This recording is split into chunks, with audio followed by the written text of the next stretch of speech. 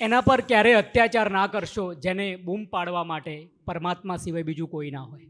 પરમાત્માને જે બૂમ પાડતો એના પર અત્યાચાર. અને આપણી સંવેદના, આપણું હાસ્યનું તમે એનું સમાપન એ કરુણતાથી થતું હોય છે. હાસ્યકાર ચાર્લી ચેપ્લિન એ રમકડા રમવાની ઉંમરે રમકડા વેચતા હતા, ત્યારે હાસ્યની ચરમસીમા છે.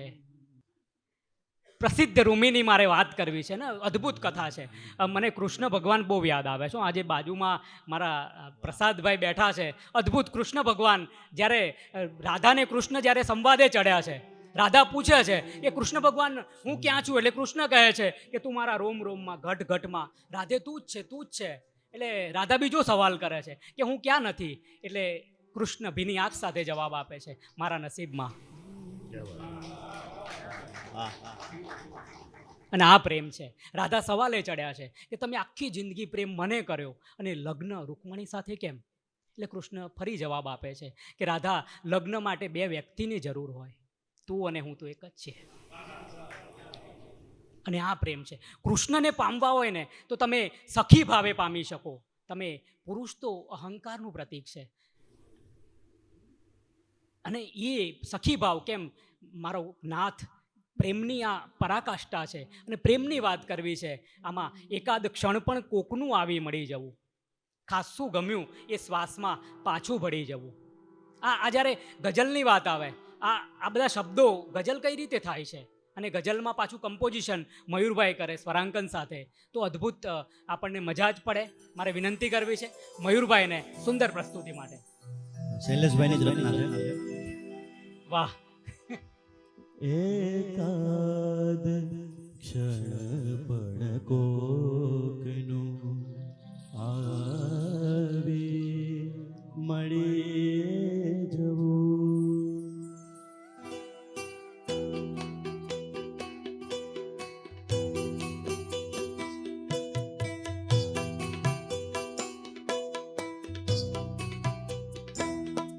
એકાદ ક્ષણ પણ કોકનું આવી મળી જવું. ખાસો ગમ્યું એ શ્વાસમાં, ખાસો ગમ્યું એ શ્વાસમાં, પાછો ભરે જવું.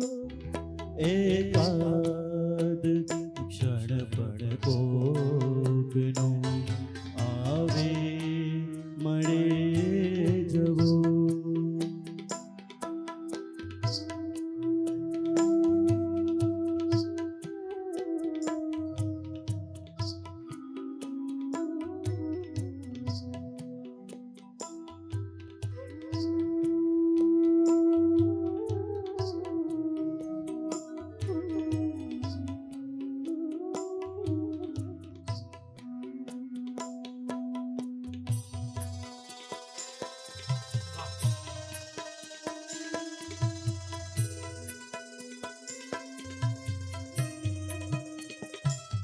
આખર સમય પણ એકલો રડતો રહી ગયો.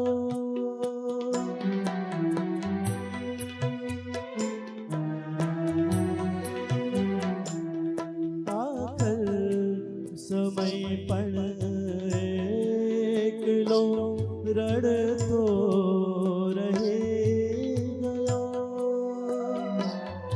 આસાન ક્યાં છે એકદમ મનને કળી જવું. એકાદ ક્ષણ પણ કોકનું આવે મળી જવું.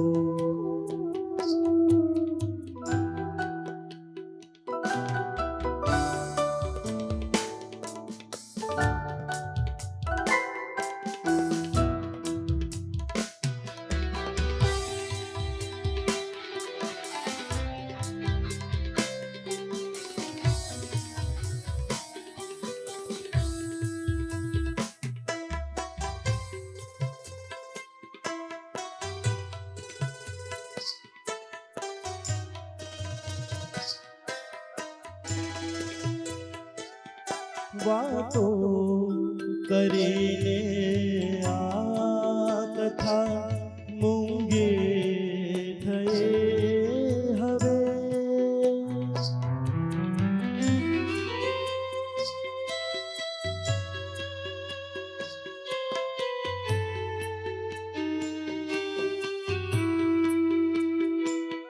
વાતો કરીને આ કથા મૂંગી થયે હવે. બસ બંધ આંખે અંત આવે ત્યાં ઢળી જવું. એકાદ ક્ષણ પણ કોકનું આવી મળી જવું.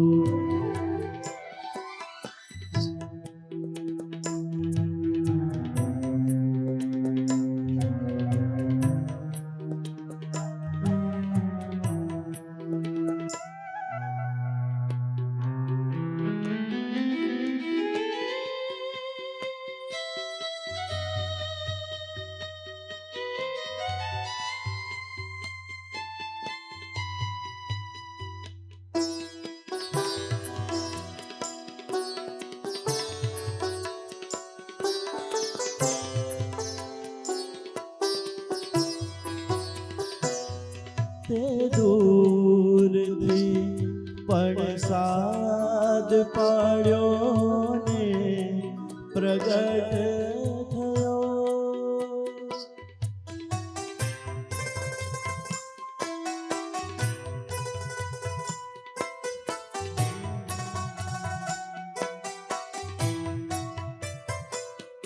તે દૂરથી પણ સાદ પાડ્યો ને પ્રગટ થયો. ક્યાં જોયું છે તે સહેજમાં મારું પડી જવું. એકાદ ક્ષણ પણ કોકનું આવી મળી જવું. આવી મળી જવું. આવી મળી જવું. બહુ અચ્છે. એટલે મયુરભાઈ ત્યાં સ્વર સંગમમાં આવે અને પછી કે શૈલેષભાઈ એટલે કે તમે ડાયરેક્ટરમાં છો, શો તમારો છે સ્વર સંગમ, અને તમે કોઈ રચના મને ગાવાની કહેતા નથી. એટલે કે આવું મેં ઓછું જોયું છે. મેં કહું ભાઈ તમને ગમે ને તો ગાવાનું છે. હા, મારી રચના છે, હું ડિરેક્ટર છું અને તમે ગાવ એવું નહીં. ના ના ના કે મને એટલે એમણે પછી કમ્પોઝિશન કર્યું એકાદ ક્ષણ પણ કોકનું આવી મળી જવું. ખાસું ગમ્યું એ શ્વાસમાં પાછું ભળી જવું. મારા ટેક્સી ડ્રાઈવરને પૂછે છે કે મારે એરપોર્ટ જવું છે, કેટલું ભાડું? એટલે ડ્રાઈવર કહે છે કે 250 રૂપિયા. એટલે માલા ફરી પૂછે છે કે મારે પતિ સાથે જવું છે. એટલે પેલો કહે છે કે ના 250 જ રૂપિયા. એટલે માલા પાછી પતિ સામે જોઈને કહે છે, જોયું ને તમારી કોઈ કિંમત જ નથી. પણ આ સ્ત્રીને એના પતિની સૌથી વધારે કિંમત હોય છે. અહીં ઓડિટોરિયમમાં બેઠેલી દરેક માતાઓ બહેનો માટે જોરદાર તાળીઓ. સ્ત્રી કોઈ પણ સ્વરૂપે હોય, એ મા હોય, દીકરી હોય, બેન હોય, બેનપણી હોય, પણ તમને સાચવે, પ્રેમથી સાચવે.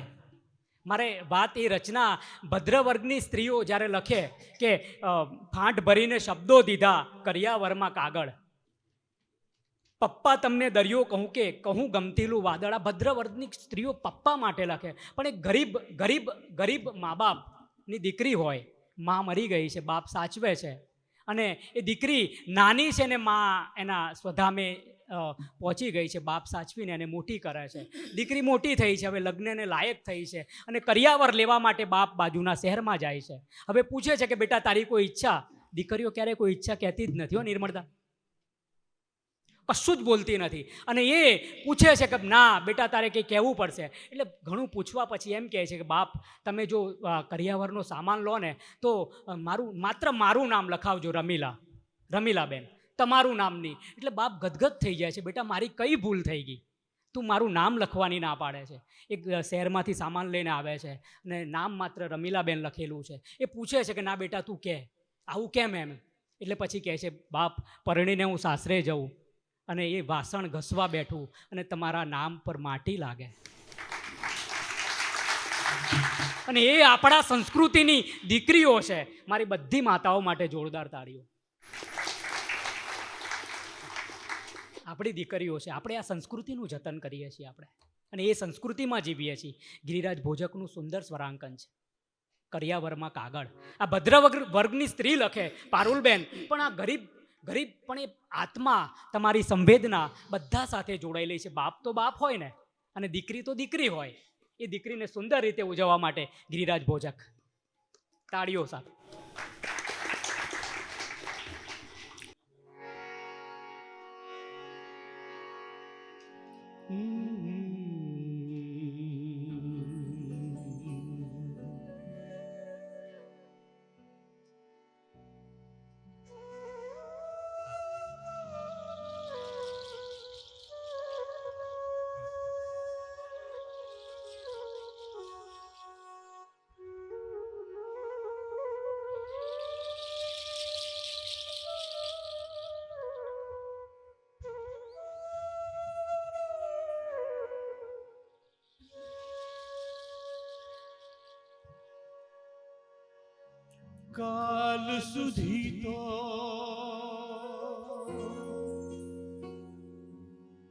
કાલ સુધી તો ચાંદા મામા ની વાતો કહેતા તા. કાલ સુધી તો ચાંદા મામા ની વાતો કહેતા તા. ધીમે ધીમે કાળ નદીની લહેરોમાં વહેતા તા. આપણ બંને ત્યાંના ત્યાંને ઉંમર ભાગી આગળ.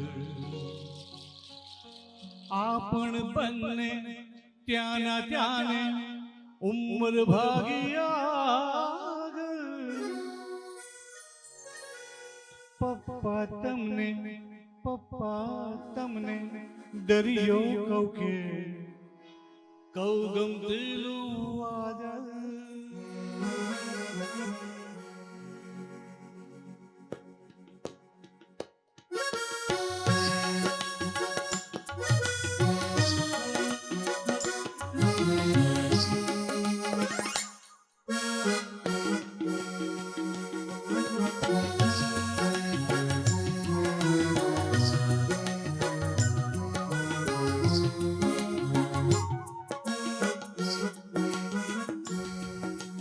પાટ ભરીને શબ્દો દીધા, પાટ ભરીને શબ્દો દીધા કરિયાવરમાં કાગળ.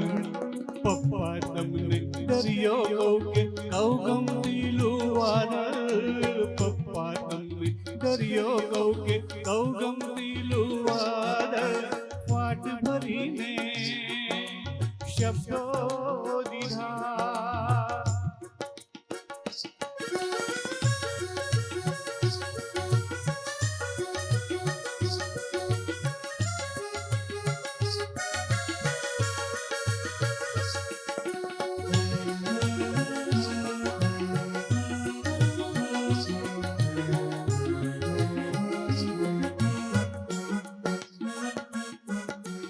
કાલ સુધી તો ચંદા મામાની વાતો કહેતા તા.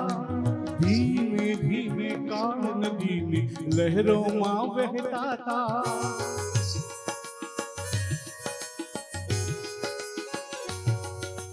કાલ સુધી તો ચંદા મામાની વાતો કહેતા તા.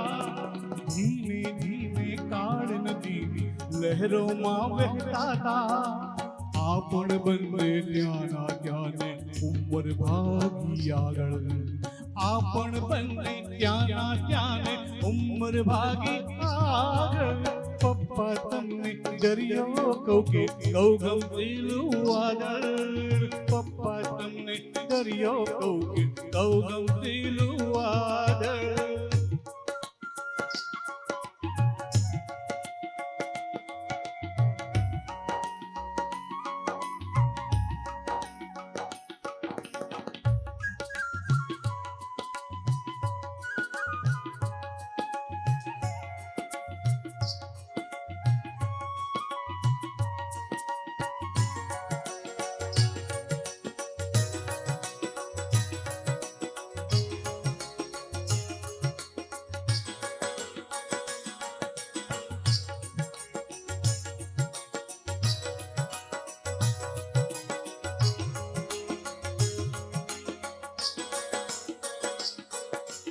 चपटी मुठी सपना साथ दीदी खुली आंखों सहज हजू बफड़ा भी क्या तो खोलिया भी पाखो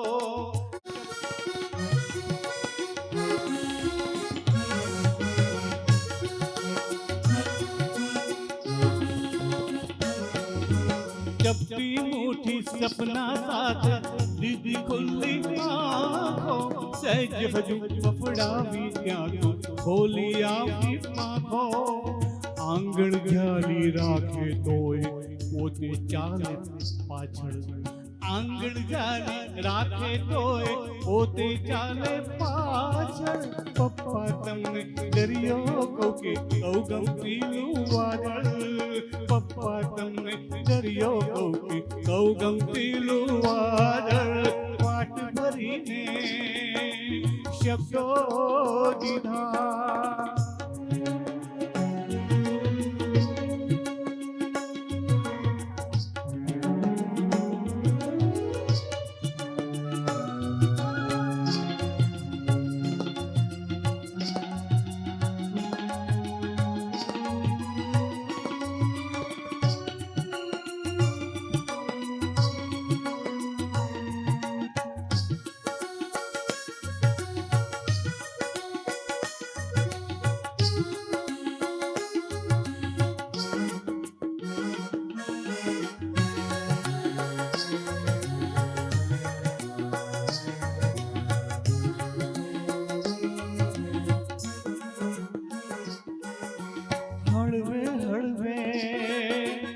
દેખાડી છે હળવે હળવે દેખાડી છે સમજણ ગામે શેરી શ્રદ્ધાની બંધાવી આપી નાની અમથી દેરી હળવે હળવે દેખાડી છે હળવે હળવે દેખાડી છે સમજણ નામે શેરી શ્રદ્ધાની બંધાવી આપી નાની અમથી દેરી વાલ ખજાનો લૂંટાવી દે કદી ન મારે સાકળ વાલ ખજાનો લૂંટાવી દે કદી ન મારે સાકળ પપ્પા તમને દરિયો કહું કે કહું ગમતીલું વાદળ પપ્પા તમને દરિયો કહું કે કહું ગમતીલું વાદળ વાટ ભરીને શબ્દો દીધા વાટ ભરીને શબ્દો દીધા કર્યાવરમાં આગળ પપ્પા તમને દરિયો કહું કે કહું ગમતીલું વાદળ પપ્પા તમને દરિયો કહું કે કહું ગમતીલું વાદળ કહું ગમતીલું વાદળ કહું ગમતીલું વાદળ. વાહ, અભિવ્યક્તિમાં આપણે થોટલેસ થઈ ગયા છીએ. યુવાન આપણો જોબલેસ થઈ ગયો છે, સમાજ આપણો હોપલેસ થઈ ગયો છે, ઇલેક્શન આપણું વોટલેસ થઈ ગયું છે અને પોશાક આપણો ટોપલેસ થઈ ગયો છે. એવા સમયમાં આપણે જીવીએ છીએ. બાલુ પટેલનો સુંદર શેર, આપની યાદોથી ઓરડો ભરચક હતો, ઘર હવે સૂનું લાગે છે આપના આવ્યા પછી. કેટલી અદ્ભુત વાત ને અદ્ભુત કવિ. એકવાર કૃષ્ણ 11 વર્ષને 52 દિવસ પછી નિર્મળદાન ગઢવી બેઠા છે ને મારે વાત કરવી છે લોક સાહિત્યની. એ 11 વર્ષને 52 દિવસ પછી ગોકુળ વૃંદાવન છોડીને મથુરા જાય છે. ત્યાં ગયા છે ને બાલ સખા બધું યાદ આવ્યું છે. કૃષ્ણ ઉદાસ ઊભા છે ને ઉદ્ધવજી આવીને પૂછે છે કે કૃષ્ણની આંખમાં આંસુ. એટલે નાના ઓધવજી આપ જાઓ, ગોકુળ વૃંદાવન જાઓ, બાલ સખા રાધાની ખબર લઈને આવો. ઓધવજી ધીરે ધીરે રથ જોડીને ગોકુળના ગોદરે આવ્યા છે. 4-5 બાલ ત્યાં ગોવાળ બેઠા છે અને એકદમ પૂછે છે ઓધવજી કંઈ કે રાધાનું જશોદામાનું ઘર ક્યાં? એટલે એક ગોવાળ એકદમ કૂદીને પડે છે કે તમે કૃષ્ણને મળીને આવ્યા છો ને? એટલે કૃષ્ણ આશ્ચર્ય પામે છે, ઓધવજી આશ્ચર્ય પામે છે કે તમને કઈ રીતે ખબર હું કૃષ્ણને મળીને આવ્યો છું? કે તમારામાંથી કૃષ્ણની સુગંધ આવે છે. અને એ રથ આગળ દોડતા દોડતા ઓધવજી જાય છે, રાધાજીને મળે છે, ચોધાર આંસુએ રડે છે, એ જશોદામા પાસે જાય છે, ગાયો રડતી હોય છે અને આપણો ભગોચારણ અમર ગીત લખે, ઓધવજી મારા વાલાને વઢીને કહેજો રે, માને તો મનાવી લેજો રે, ઓધવજી મારા વાલાને વઢીને કહેજો રે, લે મારી જાત ઓઢાડું તને, સાહેબા સી રીતે સંતાડું તને, હે તું રહે દિલમાં કે આંખોમાં, ક્યાંય નહીં નીચો પાડું તને, અને ઘર સુધી આવવાની જીદ ના કર, ઘર નથી નહીં તો ના પાડું તને.